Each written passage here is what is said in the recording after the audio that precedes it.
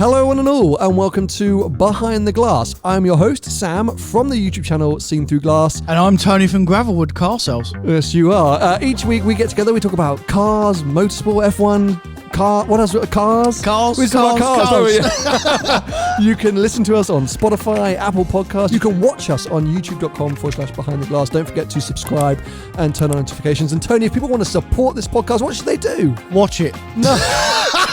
But also head to Patreon. You can support us on patreon.com/Behind the Glass. Thanks for tuning in. We hope you enjoyed the episode. We are so nearly at 50,000 subscribers, Tony. How many have we got? We've got 49,100. Oh, well, that's not so... Well, it's close-ish. I mean, we're less than 1,000 subscribers away. I know why you've reacted like that, because we were aiming for 50,000 subscribers December last year. Oh, I thought it was December before. Oh, it's been 5 months we've been talking about getting 50,000 subscribers. But we're getting there. I don't know why subscriber growth is so slow on the Behind the Glass YouTube channel. Because our audience numbers, you guys, fantastic. You come back every week. We're getting big numbers, bigger and bigger numbers every week, which we love and enjoy. But yeah, subscriptions don't really seem to be a thing. What about your channel? You know what? It's the same across the board. I would say I think subscriber growth, at least how I'm experiencing, is very slow these days. And when I talk to Paul, Shmee, Seb Delaney, anyone within the automotive space in the UK, everyone's kind of seeing slow subscriber growth. But... you know, as I say, the podcast is growing. We can see that across the board with viewer numbers, engagement, comments, etc. So it's sort of strange that then that's not translating into subscriber numbers. So if you're watching here on the Behind the Glass YouTube channel and you haven't subscribed yet, please do, because it's such a nice number that we wanted to aim at, isn't it? 50's nice because it just opens another door. When we get to 50, means we can get to 100 and then 200 and then... we'll be up with Shmee before you know it. Yeah, well, I'll try and do a few little sneaky tactics to try and bump those numbers if I can. A huge shout out to Ben, who does the edits for these episodes each week, but also the incredible teasers that we put on Instagram and TikTok. So yeah, if you don't follow me on those platforms, I'm at Seen Through Glass. You can get these little amusing teasers. TikTok. When I'm not dancing, there are little edits of these podcasts. But yeah, so we're really hoping to tick over 50k as soon as possible. And actually, you mentioned the main channel. Something really interesting has happened the last couple of weeks. So this year, my aim was to do one video a week. Yeah. And I was really enjoying that because for me, it means I can really what's called relax. Engage. Yeah, well, no, not relax. Work harder. It's allowing my creativity to really go to its full extent. You know, I can really explore new avenues. Thank you. You know, whereas if you're churning out 2, 3, 4 videos a week, you've got to be a bit more brutal with things. So I was loving it, and actually the channel was responding really well because of the road trip we just went on. I'm up to 2 videos a week. Suddenly, it's like, whoa. Channel doesn't like it, or supposedly the main channel audience doesn't like it because it's like too much content to consume. Well, it's died. Well, it has a bit because I say this year. Probably because I was on it. You're not on it yet. Oh, it's going to go down. It's going to go down even further when you appear. I find YouTube. This is what 6 years of me into YouTube, and I'm still continuously learning and baffled by it and confused by it. And always learning, mate. Always learning. But I'm as quickly as I can. As soon as this trip's content gone, I'm going back to one video a week. I enjoy it more. Clearly, the audience seem to enjoy it more. I get to, as I say, be more creative with the content, indulge my passions a bit more. So, yeah, for those of you that watch the main channel, FYI, going back to one video a week very soon. Now, lots to discuss today, actually. Yeah. Quite a bit of car news. I want to come on to something towards the end, Porsche related. No surprise there. Oh. Do I tease? I was going to tease the... I'm not well. Oh. I wasn't going to tease that. Oh. Maybe people will figure it out. Tony has man flu, as I did a few weeks ago. Whether it's COVID or not, we don't know. Apparently not at this stage, but I had a lot of negative results before they went positive. The man sitting here saying, I don't have COVID. We have to believe, I guess, the science at this stage. Let's see. You say you're getting better. Yeah, so if you had COVID, you're coming out of it. Well, I'm not a machine anyway, so I'm fixed now, you know. I'm not couple sure of days if that's the case. I still got to go to work, you know. Yeah. I mean, to be fair, I couldn't. It's Wednesday today. It's we Wednesday. normally record this on a Monday. Yes. And I couldn't come Monday because I really wasn't well. And I had to go and do my proper job, even though I was dying. I even had to go home. I don't like me. I don't want to get into the sort of COVID chat, because I know there are lots of people who, there's even sort of COVID naysayers and all this sort of stuff. Yeah. But of course, you can be ill and not have COVID these days. Mm-hmm. And that, supposedly that is what's going on with you right now. And we have to believe that that's the truth. Yeah. We can't sit there and the minute anyone has a sniffle or a scratchy throat go, oh my God, I've got COVID. So the other problem is, mate, as well, is that me included, not been ill for 3 years. Yeah. So your immune system is... It's a shock to the system. Of course. So, I mean, I rarely get ill anyway, and you're going to notice this in a minute when you have children at some point. Oh. When you have kids, right. you get ill a lot more than when you haven't got them, because they're grubby. No, they're just like... they just like breed germs. Yeah, they're grubby, mate. Yeah, playing in the mud and stuff. I mean, I wash her every day and everything, but she still like brings like... diseases into your house. Yeah. And then the dog eats his own feces. Well, but I mean, do you make out with him? What's going on with the dog? No, but like you never know. Like you got to be careful when he licks your face, because if you just don't let his him. No, I don't. It's not about letting him. He's quite a big dog now, mate. Maybe you've got a weird dog flu. Maybe you've got something bizarre, not even COVID. If dogs can get COVID. I think they did a study that they couldn't. That was early on. I think there was a study. Maybe they can carry it. I don't know. But Twiggy's here, by the way. She's on the floor, fast asleep. I don't think she's got COVID. Much better behaved than my dog. I need to put a picture up of my dog at some point. Yeah. Actually. I'm going to bring him in when your dog's not here, because they haven't met yet and they need to meet and be friends first, because they will cause chaos in here. Or Jackson would eat Twiggy. No, he won't. He's a friendly dog, but I don't think... We've only seen him once. I haven't seen him for... No, I came to the studio and he was there. I haven't seen him at least for 4 or 5 weeks. No, mate, he's like a dog now. Yeah. He's not a puppy anymore. It's a giraffe. And just to give you half an idea of how big he's getting, I went to his mum's house. So Jackson's mum's house. Okay. It's got a 2-year-old sister. Okay. From another litter. Sure. And then stepsister. Like a stepsister. Half-sister. And then Half-sister. I don't know. Half-sister. Yeah. And then a proper sister that's the same age as him. Okay. So he's miles bigger than the proper sister and the real sister, and the same size as the 2-year-old half sister. Yeah, he's going to be a monster, mate. Yeah. It always was going to be a bruiser. I remember seeing the size of his feet when he was a tiny puppy going, oh, that's going to be But a mate, huge it's not funny now. No. I mean, he's just... You signed yourself up to it. I told you, get a small dog. They're much easier to cram in cars. No, I love him, but you know what I mean? Like, he's a pain in the arse, mate. Welcome to dog life. Yeah. Well, anyway, please do bring him in, because I think the audience would be keen to have a Jackson update. Yeah. Anyway, what were we talking about? Oh yeah, I was going to tease it's a car the fact, show, by the way. Yeah, this is a car show. I keep forgetting. Sometimes it's a political show. I was going to tease the fact that I got some exciting news this week. Actually, 2 big things happened this week, and I'm not going to say too much. And you don't talk, because you know, but you don't want to. I don't know. Anyway, 2 new cars are coming to the channel this year. New cars. Too much money. Too much money, mate. I've gone mental. I don't know what's going on with you. Does mean the RS6 is going to go. That's for sure. Because one of the cars I wasn't expecting to come this year, and the other car I thought was coming in like October, November time, and it's coming in like June, July. Oh no. Yeah, so I was like, oh no. That RS6 needs to vacate my bank account very quickly. Yeah.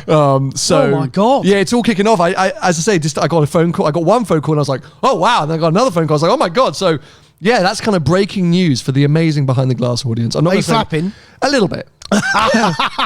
Neither are cheap. But yeah, it's super exciting.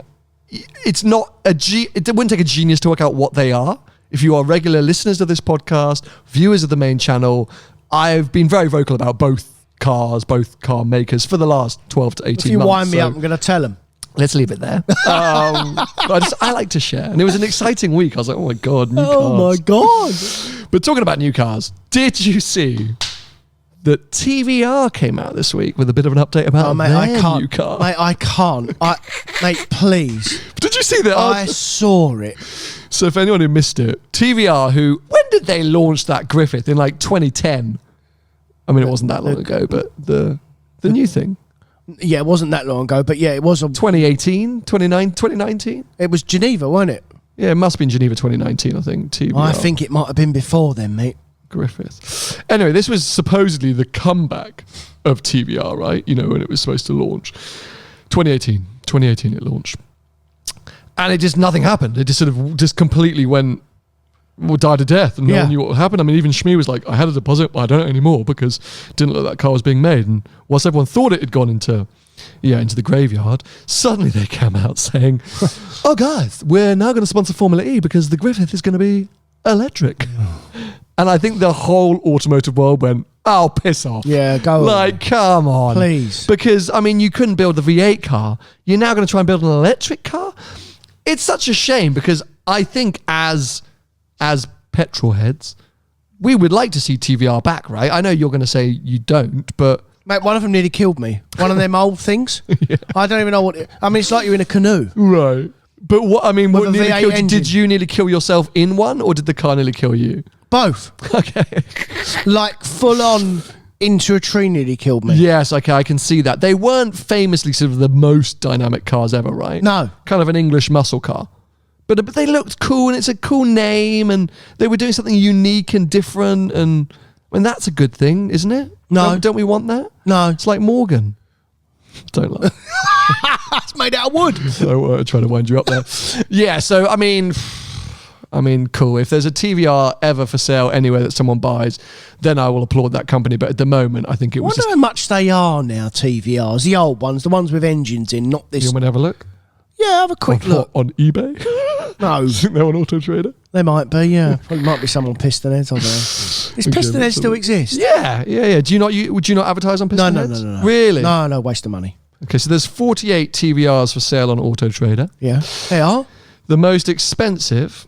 Is it the Camaro? No, is a Grand Tourer, a 1965 TVR, 120 grand. The Chimera, you're right, is 100 grand apparently, 1998. What? Cigaris, 77 grand. Cigaris, that's the Larry one. Okay, so the Cigaris are regularly quite valuable. They're around 70 grand for Cigaris, which must be what they were when they came out now. No, 2005. No, less than that. I mean, that's a death trap, that thing. That's a death trap. They're all got death traps, mate. Got some Tuscans at like 40 grand. I gotta be honest, because it was a little bit before my time, I never really know which model's which. Do you know what I mean? Like they all blend into one for me a bit, TVR. Yeah. There'll be a big TVR community watching this being like, oh my God, no. I'm not sure it's big. I mean, it might be a They're community. out there, but... Yeah. You probably get them all in the phone box. Yeah.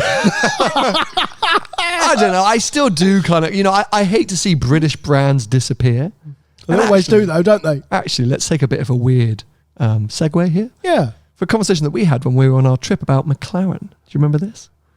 Well, which one? We regularly speak about McLaren, to be fair. McLaren. Unnamed sources. We won't reveal any information. Oh, yeah, I know what you mean. I know where you're going. That insinuated that McLaren are poised to be bought out by Audi. Mm-hmm. So any Formula One fans or followers will know that these sort of rumours have been swelling quite a bit. Porsche maybe buying Red Bull, Audi or even BMW potentially buying or becoming part owners of McLaren Formula One team. But sort of relatively read up source with sort of credible information said that Audi are looking to buy the McLaren group, or McLaren want to sell the group. I think that's more like it. I think what will happen is that they want the cream, which is the F1 team, because for the fuel and the development and whatnot. Sure. And what McLaren are probably saying is, well, you can have the team, but you got to have the cars as well. We don't want the cars. Yeah. No.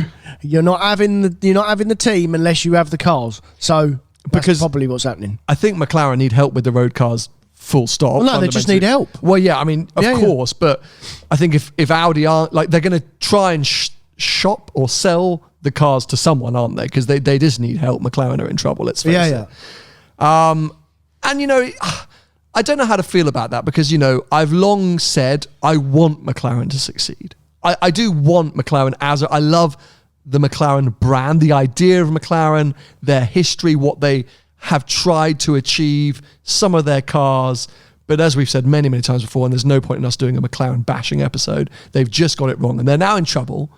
And I do want them to be saved, but do I want them to be saved by Audi? Because then they're just another Lambo, right? Or are they? I mean, Audi have actually done a pretty good job with Lambo. Like, how do you feel? If Audi bought McLaren and sorted out all the electronics and the issues? I'd buy one. Well, I bought a Lambo. I'd never bought a Lambo prehistorically. Fair. So, yeah. I mean, I'd definitely give them another try. I think it would be a great thing No, they'll sort the car out, mate. Yeah, as long as McLaren stay true to what they were trying to achieve from day one. Just get some people who can actually achieve it. The problem is that Audi Group are a money-making machine, obviously, and they've turned Lambo into that, mainly because of that Urus over the last few years. Maybe that'll be on the cards. Maybe they'll turn McLaren into like another Lamborghini, in terms of there'll be an SUV that's based on an Urus or based on an RSQ8 or based on, I mean, the list goes on how many cars there are. That Porsche GT thing, they're all fundamentally the same. And if you've ever been to any kind of McLaren press conference or read any of their press materials, the one thing they've always said is that they'll never build an SUV. And I do agree that I think if Audi or BMW or any big brand comes in and takes over them, the SUV is happening straight away. And my only concern is, like, I don't want to see the Artura, which at this point, where is that car, mate? Nearly going to be scrapped. They just can't turn it on. Like, there's one satin black car cruising around Richmond. I don't know what it's doing. I see it on the A3 all the time. I've literally seen it about 4 or 5 times now. It must be a development car or something, but it's the one and only car that I think can work. That car's basically in the bin. I don't want it to be an R8. I don't want them to come along and it's an iteration of the R8, a hybrid R8.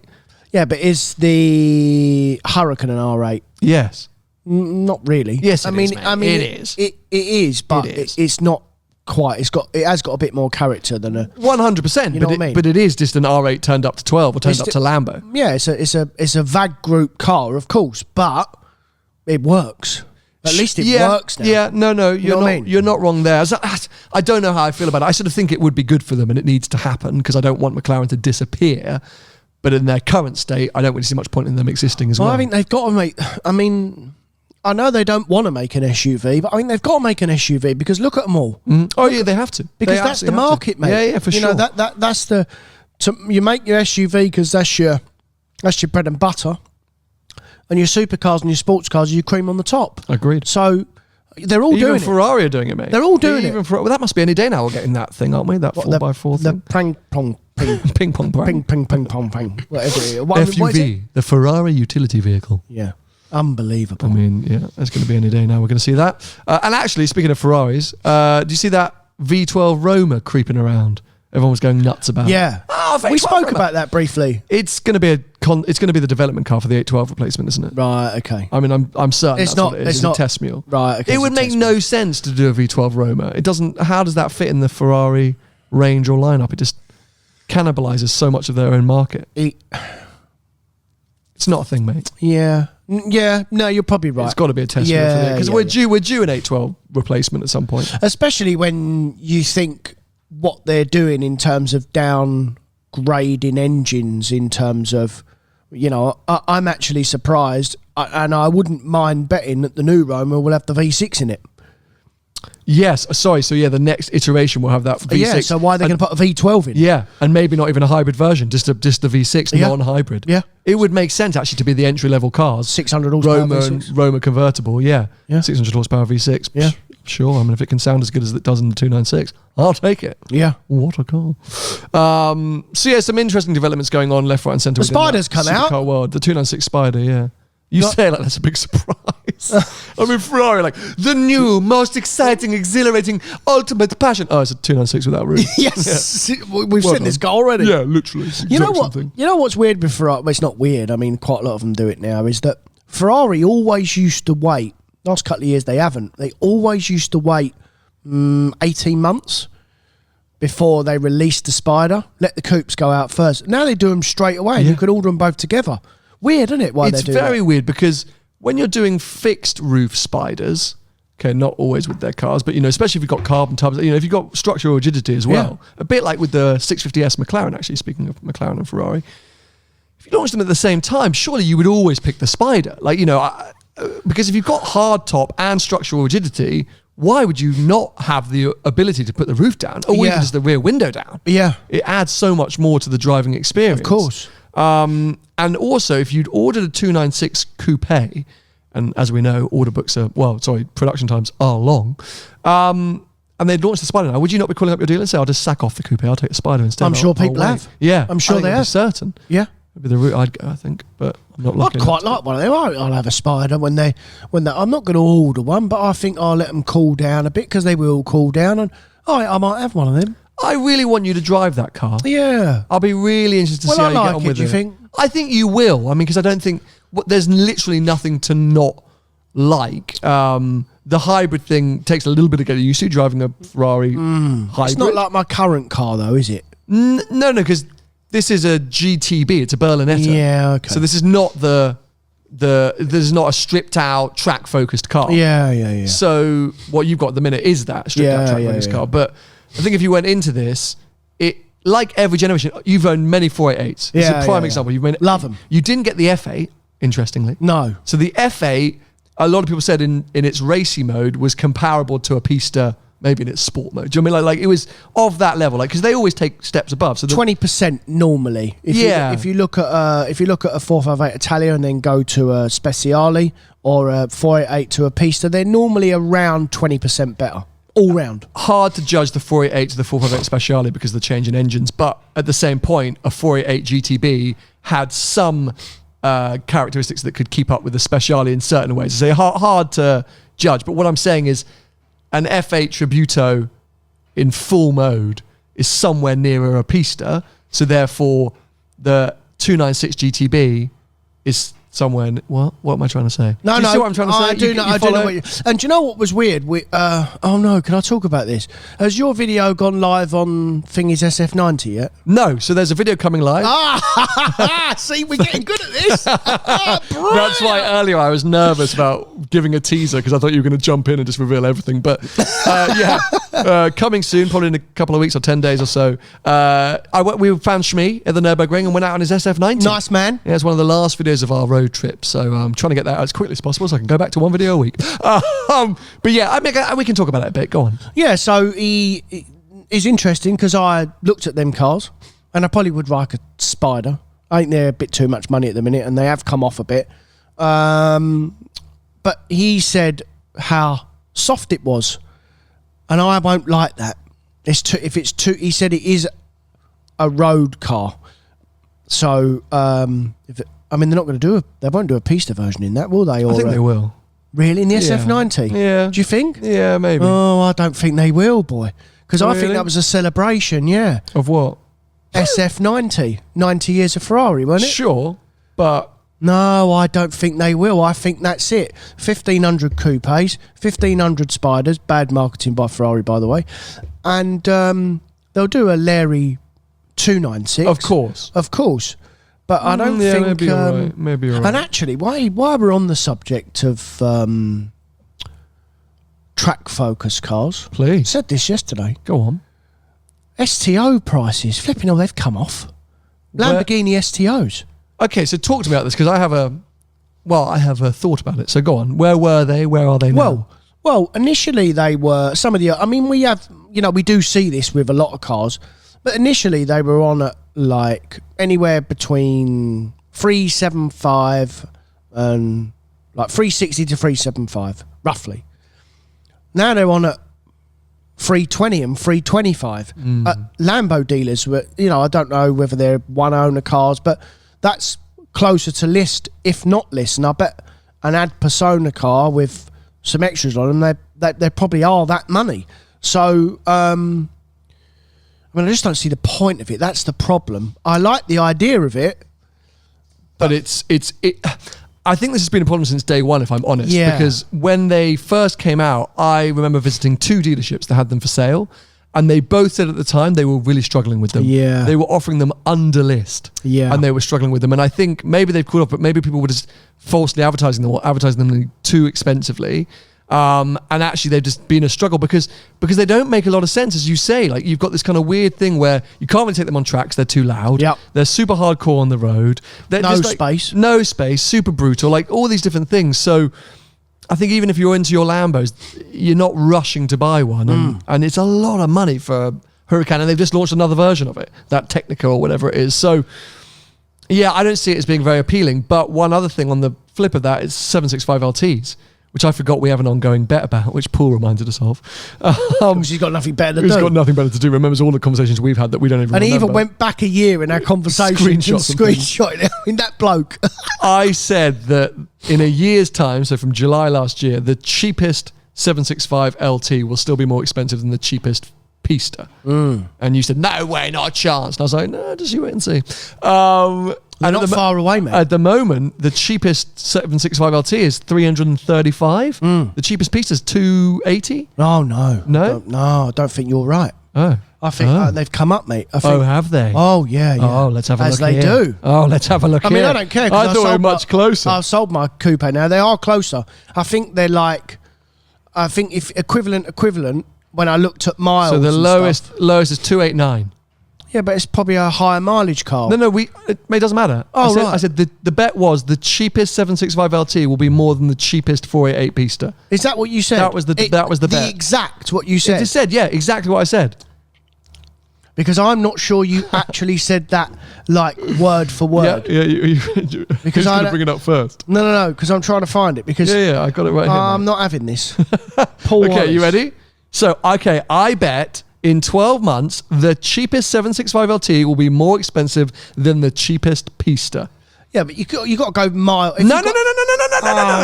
Don't work your way out of a bet, mate. So that is the simple bet. That's all I was saying. The cheapest 765 LT, and you went, no chance, no way. Well, I think there is quite a strong chance, Tony. Yeah, because the Pista's got loads of miles on it. Well, this one has 3,000 It's left-hand drive, by the way. Fine, sure. But, mate, it's left-hand drive. Don't argue with the bet. It was a simple bet, and I knew you would fall into it. I knew you would try and back your way out of it. If you got car for car, I bet there's not a lot of difference. Car for car. Yeah, no, it's true. Mate, it's not. You can't do car for car because the Pista's older. So there's always a way for you to worm in and out of it. But that's what I'm saying. And that's why I said it at the time. That was the bet I was making with you at the time. The Pista's classic older. you. Dig. I'm not wrong. I'm not. The Pista's older. And it's still similar money to the 765. No, it's not. It's about 50 grand less. And there's millions of them. Millions. Anyway, I'm still winning that bet. So, moving on. It's a fiver I own, by the way. £5. Yes. Is it worth betting £5? Clearly, because I'm about to win it. Talking of cars at crazy prices, can we mention Range Rovers? Yes, please. So Which ones in particular? Well, the new shape Range Rovers have just started to hit the market. Yeah. Global press drives still haven't happened. So no. Interesting. So we don't know anything about the car yet, but they're hitting the market. And before anyone's found out what they're like or how they are trading at what? 30? Or are they trading? Sorry, they're being advertised at 30, 40 grand over list. Between 30 and 50 over advertised. Now, what started this conversation was I have had several calls from several different people, as I often do when a new model car comes out, of around that price range, because it's what I do. Mm-hmm. People calling me up, sending me messages, got this car, trying to get bids for it. It's a Dutch auction, basically, which I never get involved in. I'm not interested. That's the terminology. Right, like, not happening in the Netherlands. Because I was going to say, I wouldn't go there, mate, for a car auction. After our experience a few weeks ago. Died. Yeah, there you go. Yeah, it's the same, Dutch auction. Sure, okay. So, yeah, they were asking for a check for me to buy the car, just like 25, 30 grand over list, for me to write a check for a Range Rover. So are you joking? As I say, no one's experienced it. Okay, fine, look, it's Range Rover, epitome of luxury in many, many ways. They've been a fantastic product for 25 years. But, and before that, people will argue, it's not going to be bad. But to be trading at that much over for a Range Rover that, as I say, no one's actually experienced yet. No. Seems insane. But can I just say, and I completely understand that the new one's got to be more money than the old one, right? Mm-hmm. It has to be. Mm-hmm. But apart from the old one having slightly older infotainment system, the new one will have an upgraded infotainment system, be marked, all the tech inside, and it will be probably a little bit nicer inside, finished. But, a Range Rover in general is finished lovely, full stop. To drive down the road, how much better will it be than the outgoing model? To drive, because you don't, You're not looking at lap times and trying to... No, I think if you drove back to back, you'll probably notice a difference. I think the air suspension is going to be a lot stronger. I think it'll be a flatter ride. It's supposed to be a quieter road, a quieter ride on the short. It's going to be more comfortable. I'm sure, as I say, that environment, that interior environment, the technology, it will be better. If you drove back to back, I think you'd be like, the old one's definitely the old one. Yeah. But you're so right, where it's not going to be night and day. You're not going to be like, oh my God, this is a revolution. No. And also, it's not like it's a limited run. Oh my God, this is the first ever Ferrari 4x4 SUV FUV. No. It's a Range Rover. Yeah. There will be gazillions of them over time. Yeah. Do you not think this is people trying to take advantage of current production delays? No, this is just the car market, mate. This is just people in general, the general public. Everyone thinks they're a car dealer. Everyone thinks, I've got something so special. And listen, they're totally within their rights to ask what this. Their car, you can do what you like with it. I don't have a problem with it. The people that are buying them are mad. Madness. Yeah, like I was trying to think of a word that wasn't that as insulting, but But if you need your head testing. If you're Johnny, and you've had Range Rovers your entire life, for the estate. But you've ordered one if you're Johnny. Well, yes, but because of the dealer was just an idiot. Yeah, well, you go to he messed up his order. Mine's not coming till July because this guy called Derek messed me around. Yeah.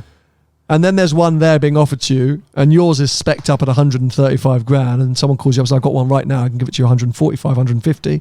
Oh, just screw it. Call Derek, here's a bell end, cancel it, and I'll take this one. But it's not 15 grand or 10 grand. No, it's a lot more than that, isn't it? It's, if someone wants me to write a check for 25, 30 over, I then want another 15 grand on top. This is what I don't get, right? Because you've hit the nail on the head. If you want a new Range Rover, you've already ordered one. Yeah. And so are you really going to pay that much more just to beat your weight, which is maybe, if your worst case scenario, if you were slow off the blocks, is maybe another 6 months. A worst case scenario, I think. So are you really going to go and spend 50 grand over on a Range Rover, on a diesel Range Rover, for example, that's going to be worth 20 grand in 10 years' time? Yeah. It literally will be worth 20 grand in 10 years' time, because look at the old ones. And I say, okay, fine. If something had come out, some press, or every single press review had come out, this is the best SUV of all time. It's the best luxury car. You must own one of these. And people are going, heck, I didn't order one because I thought it'd be a new Range Rover, and I can't believe they're all saying this. I want one. Fine, that you might explain some of the lunacy to go and pay overs, a bit like TDFs and stuff like that. But no, not even like TDFs. What am I talking about? It's not mass produced. No, mate. I know. There's basically no justification. It's a mass produced product. All it is, just wait. Oh, I know what. Here's my one. What if you're like a chauffeur company or a rental company? Yeah, but if you're them, normally you'll get them quicker anyway, because you're not ordering one. Yeah. You've ordered a few, and if you're a big rental or chauffeur company, you've gone direct to Land Rover. Yeah, I would assume that's what they do. You get looked after, yeah. So, listen, we've seen it before. We saw it with the Evoque. We saw it with the outgoing Sport when they first come out. We didn't see it with the Velar, oddly enough, because I think they were too much money. But it's just cars in general. Look at the current RS3. They've softened right off now. From people asking what at one stage up at 90 grand, people were asking for RS3s? Like there were 15 grand over list. Same with current Golf Rs. People asking stupid money for them. Fair enough. Listen, if you think you can make some money, no, I don't have a problem with that. No problem. But the people that are buying them, flipping hell, you've either got more money than sense, or you need to be recaptured very quickly. I think you're right. I think you can't necessarily blame anyone for trying to make a bit of cash. No. If a car is selling at insane more money than you paid for it, and you're not that in love with that car and you're not really using it, then yeah, if you think you can sell it. Are they selling? Well, exactly. We don't know, do we? No. Because I've also been offered two. Yeah. Two, not for myself, but like each and everyone is interested. I've got two for sale. Overs? Overs, yeah, of course. A lot over? I didn't even ask, because I don't really know anyone. Yeah, fair enough. But I can already tell you the next car that's going to go crazy like this, that you're going to just not understand. Go on. The GR86. The little Toyota. Did you hear about this? No, go on. UK allocation sold out in 90 minutes. Oh, it's a Yaris all over again. Literally. Yeah. But it proves the point that there is such a demand for affordable performance cars. Yeah. As we've seen, and we've spoken about so many times, as cars like the Cayman, the M2, the RS3 is a prime example of the Golf are more and more expensive, cheap in relative terms, fun, engaging, low power, rear wheel drive, whatever cars. For the masses, is that's what MX-5s, GR86, Yaris, GR, etc. It's what people get excited about. But that won't be 30 grand over, mate. I mean, that might be 2, 3, 4 grand over, nope. maybe. Here's my next bet. I reckon some of the early GR86s, I think they're like 32 grand list or something like that. I reckon they'll be 45 grand. No, yep. Don't be so... Yeah, some of the very early cars, they can advertise them at that. Yes. That's what I can say. They're going to be advertised at 45 grand. World's gone mad, mate. Honestly, it's going to happen. Watch this space. What is it? Just the same as the old car? Bit more power? Yeah, better, more powerful, a little bit more powerful. I think better looking. It's just, Not interested. No, it's totally not you. And probably I like the G8. GT86. No, I like them. Yeah. I do like them. Well, this is a newer version. Yeah. And that's what I mean. Like, it's not 45 grand, though. No. We can have the Supra for the same money. Yeah, but what? No. But what I'm saying is because there's no allocation and because it's this thought of affordable fun, which is no longer going to be affordable if you're paying 45 grand, I just think it's going to go insane. I really think it's going to go insane. The problem is, it is like the fear of missing out. Yep. It's all it is. And we've seen it with the Defenders and we've seen it with so many other cars. You can buy nowadays whatever you like. No, mate. Except a GT3. No. But within general, you don't have to buy that car. Your world is your oyster. Sorry. Okay. Good point. Do you know what I mean? Sure. Everyone makes a car for everyone. So instead of paying the big overs for something now, why don't you have a stopgap car that will be just as good? Mm-hmm. Because if you're paying the big overs for a car that really isn't really worth it, but you want it now because you're going to miss out, pay that money for a better car, essentially, at the right money that it's not as desirable. Wait for that car to come down a bit, because they do come down, because the only person who's going to get hurt when you pay the overs is the person that's paid the overs. Sure. Of course. So they do come back eventually, mate. They come back most of the time quite quickly as well, because when the first few don't sell, which is what happens, people go, "Oh, we've got this wrong. Yeah, it's not really worth." And some of the big manufacturers, the dealers are sometimes quite clever. They say, "Oh, there's not many of these coming this year." Well, that's a lie. I want to see, is it the UK allocation for the first year or in total? Let's have a quick look. So the little Toyota. Yeah. So Toyota also told Autocar that any additional allocation for the UK market is not in the plan at this stage. Now, I remember with the Yaris, there was some talk about this as well, that there was sort of weird allocations and initially there wasn't too many and then they gave more or something like that. Yeah. So I wonder if this is maybe a little bit of clever marketing, because also as Toyota, you would be really naive now to see that, for them to sell out in 90 minutes and not go, heck, let's build some more. Yeah. If the demand is that insane, let's give them a whole other load of allocation. Yeah. They probably gave a small number initially because they're like, well, we don't really know what the demand's going to be like. And they've flown out the door. Yeah, and these are businesses. We've always said it, these manufacturers, they are businesses. And in the end, I mean, this at this current time, it's really hurting them, this pandemic and the war and what's going on, because it's the manufacturers that normally is winning all the time. Absolutely. They're the people that win. But at the moment, we've all been winning because they haven't had the product to sell. So because they can't keep up with demand. But it'll all go back. It's all going to go back, mate. When the wheels start turning again and everything goes back to complete normality again, if there's such a thing as normality anymore. Yeah, bloody hell. it'll all go back to normal, and everyone's going to have their pants pulled down, and the world's going to end, and including me with my 2 new cars coming. I feel, yeah, you're going to be a prime example. I'm in trouble, mate. I'm in trouble. You are going to be back at your mum and dad's before you know it. You take your wife and your Twiggy, we're moving. It's so going to happen, but well, fingers crossed if we get to 50,000 subscribers on this channel. Level 900 really makes a difference. Hey, it does, Tony. Okay, well, look, let's come on to it, because I'm always looking for an opportunity to talk about Porsche if I'm not talking about Ferrari. And this week we got our first proper sort of nod from Porsche of the fact that we're going to see about 30,000 iterations of the 992, 911 this year, or at least in the next couple of years, because they started to tease the car that we've long waited for, the Sport Classic. So I think a lot of rumors have been swirling and circulating about the variations of the 911, the 992 generation 911 that we're going to be getting. Sport Classic has been one of them, last seen in the 997 generation, so quite a while ago now. Yeah. Back then, it was a kind of celebration of 70s era's Porsches. I think 70s era Porsches, must be 70 years. And it was based on a Carrera S. I think it was based on a Carrera S, not a Carrera GTS. Manual car, ducktail spoiler, cool grey paint, nice bubble roof, Fuchs-style wheels.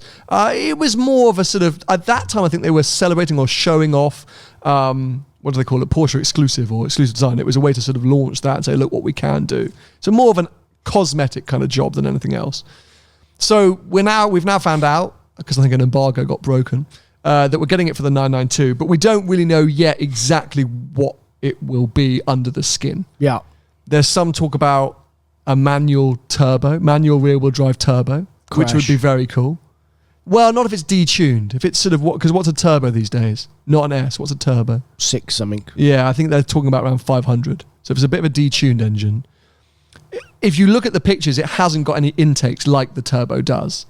So because all 911s are turboed now, it's a bit confusing, isn't it? So very, because everyone was like, "Oh, the long-awaited rear-wheel drive turbo 911." I was like, "Well, that's a 911 Carrera, literally with a manual gearbox." Yeah, so it's a bit of a weird one. Yeah, don't they already make that in a Carrera S? Literally. Yeah. So I get the feeling it's going to be a GTS. I think it'll be a GTS under the skin. Right. Manual GTS. Well, they must be nearly 500 horsepower now, though. Yeah, that's what I mean. They've got to be. Yeah, I think they are. I think they're 504 or something like that. So a turbo's going to have to be 550 or something. But I don't think it will be. I think it's going to be a GTS. Right. I think that's what I'm predicting. Okay, I'm predicting a GTS with this awesome aggressive ducktail, supposedly around 1,250 units. The 997 generation was only 250 units, but around 1,250 units. And yeah, it's going to be a collector's car. I don't think it's going to light our world on fire. I don't think we're going to, oh my God, I really want a Sport Classic. It's going to look cool, like the old one looked cool. But I don't think it's going to be like mind-boggling to drive. I just think it's going to be a sort of celebration of classic 911s. Yeah, and no one's going to be able to buy it. No, I mean, literally. Yeah, I mean, there's 1,200 units. That's worse than the Speedster, isn't it? Yeah. Yeah, so I mean, it's not hoping hell. Was there 1946? Something like, whatever the year of Porsche is. Yeah. We should know that. But yeah, so it will be a collector's car, but cool to see. But as I say, it starts what we think is going to be a whole run of special edition 992s. We've still got the 3RS to come. Yeah. Expecting that in the summer. I mean, that has got to be soon, because all I keep seeing now is clips of it going around the Nürburgring. I think it's like ready, and they're just like waiting to get all the other stuff out. They've probably got a bit delayed with everything that's been going on in the world. So yeah, we've got 3RS coming. In September-ish time, we're expecting the 2.7 RS celebration. Yeah. Because I think it's the 50th anniversary. It must be the 50th anniversary of the 2.7 RS.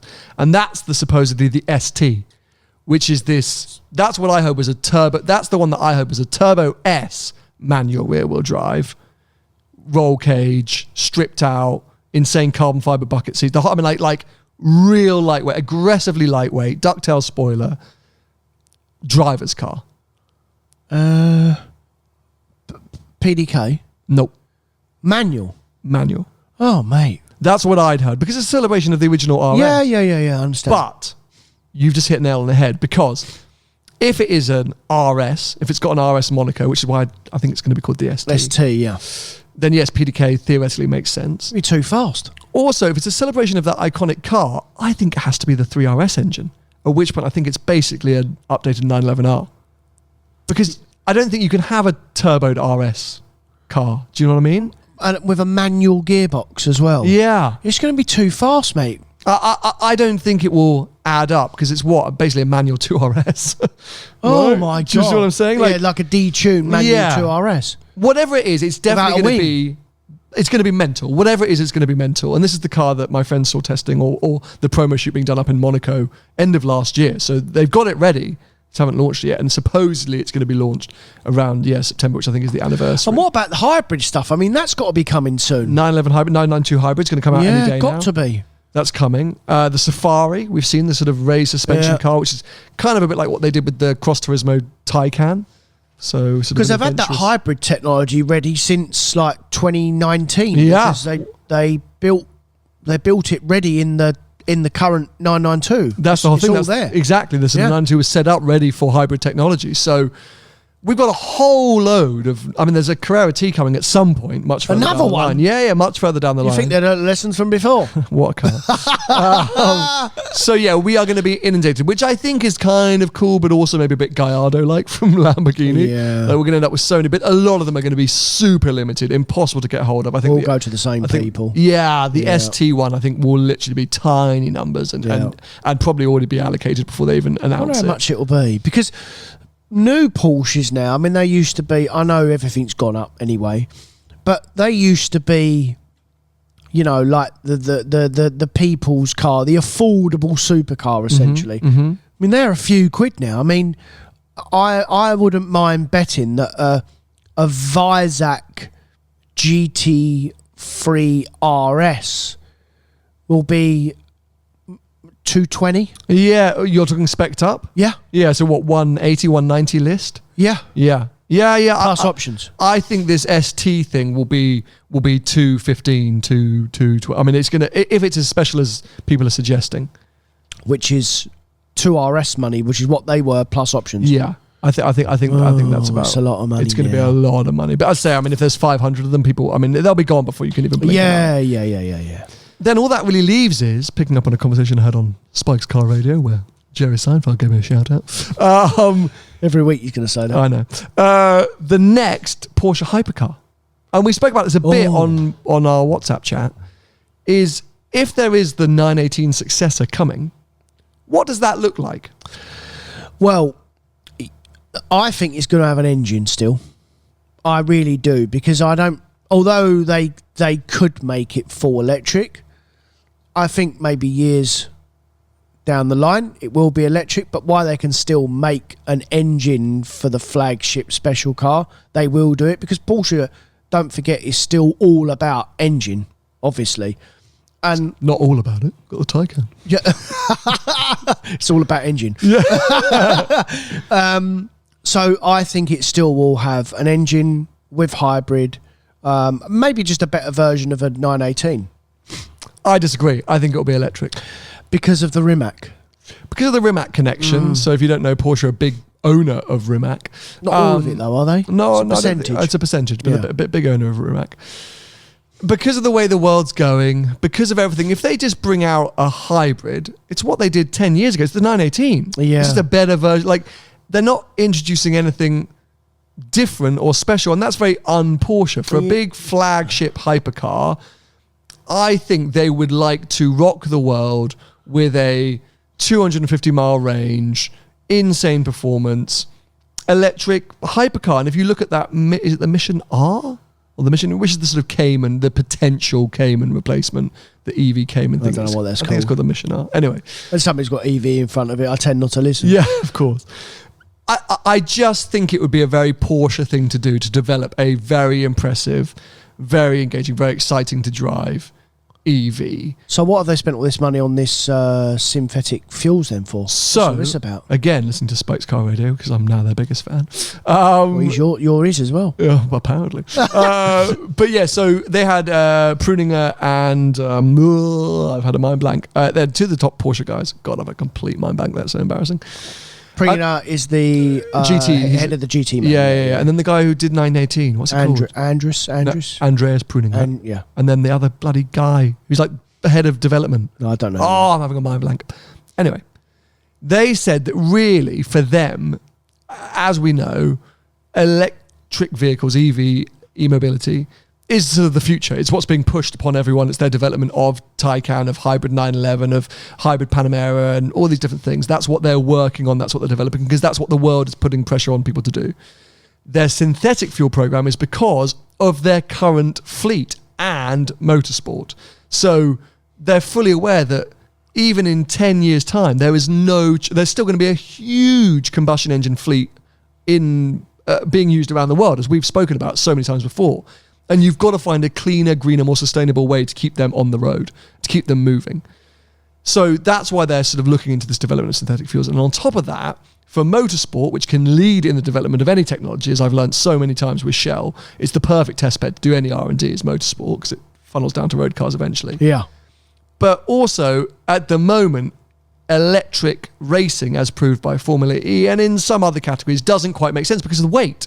Because of weight and distance and recharging, all these different things. So Porsche recognised that currently a synthetic fuel proposition is a more practical and reasonable and sustainable way to go racing. So that's why they're investing in sustainable fuels. Well, they're customers as well, mate. I mean, Porsche customers are petrol heads. So, of course, they need to. I believe that they've gone down that route as well because their customer base. Yes, and I think they admitted that there's nothing quite like an engine. No, it's a completely different solution. As good as a Taycan is, it's not got. No. It's hard to readjust to. And I think you're right. I think they would admit that, and I think you're right. But at the same time, the world's agenda is to go electric. As many times as we've discussed why we think it's wrong, all these different things, the ins and outs of it. And I just think to launch a hypercar that is just a hybrid doesn't make a lot of sense. But to flip the side of that, you've got the Le Mans hypercar program, which Porsche could use as a kind of test bed homologation car or whatever. That's going to be a hybrid. And all these rumours of them getting involved with Formula 1 2026 engine regulations are for these sort of super complex hybrids. Then it does make sense. If it is a 1.6 litre with a huge hybrid tucked into it, and most of the power is coming from the electricity, and it's almost like the engine is a generator more than actually a component, maybe there's something clever that can be shown off there. I think you hit the nail on the head. I think that's what it'll be. I think there'll still be an engine, but there'll be a huge there'll be a hugely assisted hybrid unit. Like that Audi Dakar thing? Yeah, but maybe like, I know you can't, it's not really like a Formula 1 car, but like similar hybrid, small engine, big hybrid unit, big power from the hybrid unit, small engine. I think that's probably a good shout. Yeah, it's interesting, and what I always find fun is that whenever this happens, you often find the other manufacturers start sniffing around and talking about big hypercars too. So we're thinking about or looking to a LAF replacement at some point. I feel like the Daytona kind of stole the thunder of that potentially coming along anytime soon, but it will theoretically, we would expect. Valkyrie's supposed to be hitting the road at some point, Project One, as we know. Yeah, good luck with it. They were supposed to be hitting 5 years ago. And Toyota and anything coming out of this Le Mans hypercar program. It could be that in 2024, 2025, we've got another, not even Holy Trinity, but Holy Octopulate. They could all suddenly turn up at the same time. 1.5 million euro nutcase hypercars, which would be exciting to see. But I just think because of the world we live in and the development that must be going on right now for those cars, they will all be heavily EV focused. Yeah, and don't forget as well, these manufacturers, they are 5-10 years ahead of us, by the way. They're miles ahead in what they're going to build, and this is why we pay for the cars, as in, it all goes into future development. They just keep reinvesting the money, and they're miles and miles and miles ahead in development. Be good to find out what they're working on, isn't it? Yeah. Sometimes you get a teaser when you go to these press launches. You sit down with designers, and I always go. Well, I remember hearing an interview with that Andrus. Like, I can't say so. Pruning. I'm probably not saying it right. No, but you say it better than me. And he said all the time he was in charge of the GT product, it will always have an engine. It will always have an NA engine all the time he was in charge. Now, whether that's got to be assisted by hybrid, I mean, there was talk that, it was talk, but when I had my 3RS, they were saying that was going to be the last NA non-assisted car. Well, we already know that the new one is still exactly the same, basically, so just with a bit more aero. So that's why I don't think they're going to quite do it yet, because they don't need to quite yet.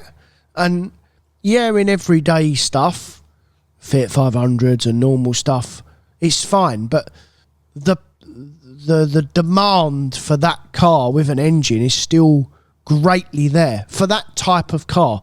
So they'll still keep building it all the time they can. It'll be fascinating to find out. So we'll watch this space. But as I say, definitely this year I'm expecting to talk about many iterations and special versions of the 992. And with my desire for another Porsche, I'm going to be keeping a very close eye for any of those that are 25 and what grand. about the 4RS? Where's that then? That's coming? Yeah, well, but it's been launched, hasn't it? Their deliveries are expected any day now, aren't they? I think June, July deliveries. Yeah, we've surely got to start seeing them on the road soon, right? Yeah, that's what I mean. I think in a couple of months we'll start seeing some hitting. I don't know how much they're going to be over. 250 grand? Yeah, that's what I think. Yeah. Stupid, man. Stupid. Anyway, we hope you've enjoyed this episode. If you have and you're watching on the YouTube channel, please subscribe, because as we keep mentioning, we're trying to get to 50,000 subscribers, and it'd be nice to do it before the end of this year. Before the end of 2022, would be nice to hit that number. And of course, if you're listening to us, Apple Podcasts, Spotify, wherever you might be listening to us, keep listening. If you are a patron and you didn't listen to this episode on the Patreon page, go over and check it out, because there's a little sneaky something for you there. If you're intrigued if you're intrigued as to what that might be, go sign up, become a patron, and you'll find out what that is. But yeah, no, honestly, go and look at the Patreon page. Please. Yeah, please. You need to. If you want to follow Tony, he's at Tony Gravel with Car Sales on most social media platforms. I'm at Seen Through Glass on most social media platforms, and we'll be back with you for another episode next week. Bye-bye. See ya.